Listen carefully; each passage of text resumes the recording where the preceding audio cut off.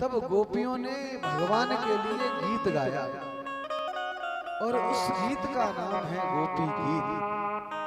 और जैसे ही गोपी गीत गोपियों ने गाया, गोपियां कहती हैं जयते तेदिकम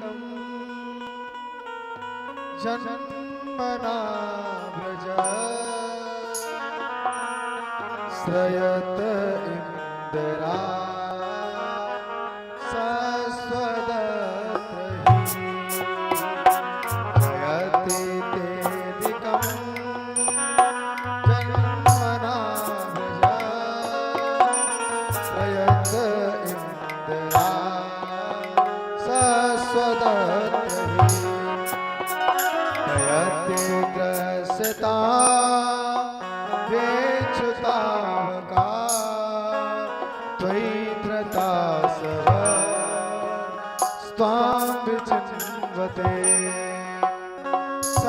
सरदुदासये साधु जात सरसिजोदर श्रीमुसाद सुरतनाथ ते शुक्लदास का वरद बीन तो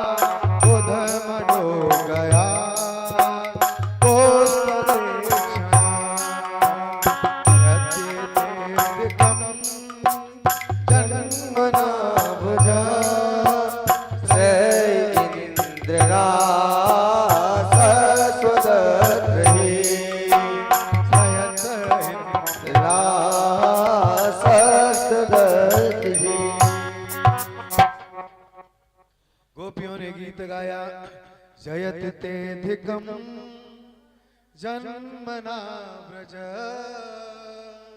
श्रयत इंदिरा सस्वदत्रही।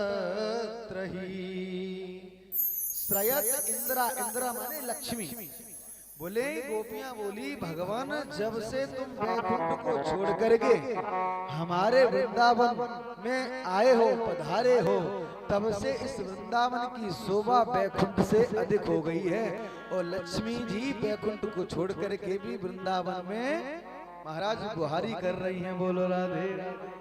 गोपियां कहती हैं जयति तेधिकम ते अधिकम तब जन्मना वैकुंठाद अधिकम जयति। गोपियां कहती हैं महाराज लक्ष्मी भी वैकुंठ को छोड़ करके वृंदावन में गुहार कर रही हैं। हे प्यारे, हे प्राण प्यारे, आपसे बिछड़कर क्या हम जीवित रह सकती हैं? अरे प्यारे, हम तुमसे बिछड़कर कभी भी, तुमसे पृथक होकर के, तुमसे अलग रह करके हम कभी भी जीवित नहीं रह सकती। प्रश्न भी स्वयं कर रही हैं और जवाब भी स्वयं दे रही हैं। भगवान ने कहा गोपियों मैं तुम्हें छोड़ करके नहीं जाता, लेकिन तुम्हारे अंदर अभिमान का विष आ गया था, इसलिए मुझे छोड़ करके जाना पड़ा। जैसे ही ये बात कही तो गोपियों ने कहा वाह, जब कालिया नाग के विषैले विष को तुम अपने फड़ाली पे, उसके ऊपर फड़ाली पे नृत्य करके उसके विष को वमन करा सकते हो, तो क्या हमारे हृदय में बसे हुए अभिमान रूपी विष का तुम त्याग नहीं करा सकते थे? तुम करा सकते थे, लेकिन तुमने ऐसा नहीं किया। लेकिन उससे पहले गोपियों ने कहा हमें लगता है कि तुम नंदराय जी के बेटे नहीं हो। न खलो गोपिका नंद नंदनो भवान खेल दे नाम अंतरात्म द्रक। हमें लगता है कि तुम मैया यशोदा के पुत्र नहीं हो, क्योंकि मैया यशोदा के गर्भ से ऐसा निर्दयी कभी जन्म नहीं ले सकता। तब भगवान ने कहा कि तुम्हारे अंदर विष आ गया अभिमान रूपी। तो गोपियां कहती हैं जब काली की महाराज धनों पर बैठ करके तुम उसका नृत्य करके विश्वमन करा सकते हो, तो क्या हम गोपियों का विश्वमन नहीं करा सकते? करा सकते थे। भगवान ने कहा गोपियों तुम इतनी बड़ी बड़ी बात कर रही हो कि हम तुम्हारे बगैर जीवित नहीं रह सकती, ये नहीं कर सकती, वो नहीं रख सकते, कह सकती, लेकिन हमें लग रहा है कि तुम्हें तो किसी को बुखार भी नहीं आया। अरे प्रेमी वो है, वो प्रेमी प्रेम में परित्याग कर दे, प्राण तक दे दे, और तुम्हें तो बुखार भी नहीं आया। दशरथ जी ने राम से प्रेम किया, उनकी याद में, उनके विरह में दशरथ जी ने राम की याद में अपने प्राणों का ही त्याग कर दिया। राम राम कहे राम कहे, राम राम कहे राम, राम राम कह करके दशरथ जी ने शरीर का त्याग कर दिया। वो प्रेम था, और तुम कहती हो कि तुम मुझसे प्रेम करती हो। गोपियों ने तुरंत जवाब पलट करके भगवान को दिया, बाप प्रभु दशरथ जी ने प्राण दे दिए राम के याद में, तो वो प्रेम हो गया। तो इसका मतलब सीता मैया ने प्रभु श्री राम से प्रेम नहीं किया होगा। वो तो अशोक वाटिका में शोक बैठी हुई थी और नित्य प्रति भगवान राम की याद कर रही थी कि प्रभु मुझे कब लेने के लिए आओगे, लेकिन भगवान नहीं पहुंचे। तो सीता माता ने अपने प्राणों का त्याग नहीं किया, तो इसका मतलब माता सीता राम जी से प्रेम नहीं करती। ऐसा उल्टा जवाब गोपियों ने दिया भगवान को।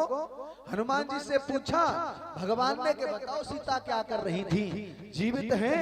बोले प्रभु जीवित तो हैं, लेकिन जैसे ही वो अपने प्राणों का बलिदान देना चाहती हैं, प्रभु आपका नाम महाराज आगे आ जाता है और प्राण वहीं की वहीं रुक जाते हैं। गोपियों ने कहा कान्हा हम तो अपने प्राण भी नहीं दे सकती, क्यों? बोले हमने अमृत का पान किया है, और जो एक बार अमृत का पान कर लेता है उसकी फिर मृत्यु नहीं होती। भगवान ने कहा तुम कौन सा स्वर्ग चली गई थी जो तुम अमृत का पान कराई? उन्होंने कहा हमने स्वर्ग के अमृत का पान नहीं किया। बोले तो? बोले तव कथामृतम तप्त जीवनम। गोपियां कहे तब कथामृतम, हमने कथा रूपी अमृत का पान कर लिया, और जो एक बार कथा रूपी अमृत का पान कर लेता है महाराज उसकी फिर मृत्यु कभी नहीं होती। जन्म जन्मांतर का चक्कर हमेशा हमेशा के लिए मिट जाता है। गोपियां कहती हैं तब कथामृतम तप्त जीवनम कभी विरीडतम भूरिदा जना। बार बार गोपियों ने जब ऐसा कहा तो भगवान ने गोपी गीत को सुना। अंत में जब कोई रास्ता दिखाई नहीं दिया तो गोपियों ने कहा इति गोप प्रगायन्तम पल प्रत्यंस चित्रधा रुरुधु सुस्वरम राजन कृष्ण दर्शन लालसा। अंत में गोपियां रोई और एक स्वर में रोई, प्रीत करे अति दुख मिले और ये कैसी नीत अनीत। अब बाजी लग गई श्याम सो सखी हार होया जीत। गोपियां रोती हैं रुरु स्वस्वरम राजन कृष्ण दर्शन लालसा।